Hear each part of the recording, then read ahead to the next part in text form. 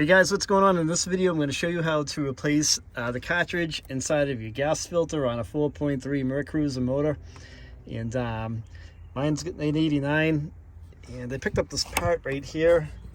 I'll put a link in the description of this video over to this part on Amazon. So I'm going to take this off right now and put a new filter in it. Okay, so what you have to do is you have to loosen the screw on top.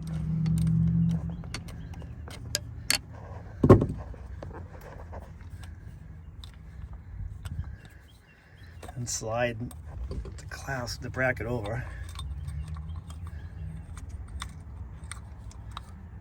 And grab this, and there's a little rubber gasket. Make sure this gasket's out of here too. Make sure this area is clean. I'm going to wipe this up with a cloth. I just bought this boat last year. It's an 89 bow rider Sea Ray. And I don't know when any of this stuff has been done last. The boat has 400 hours on it. Here's the old gasket. And look at this old filter. So that's what's coming out of there. And that's what's going in, a nice clean one. The spring is down here. So it comes with the spring and the filter. So I'm gonna transfer that into the new gasket, into the new bowl. So with the kit, there's a couple different gaskets. So this gasket right here is the one that I had that came out of the boat. So that's what I'm gonna put back in it. And I already put my spring down.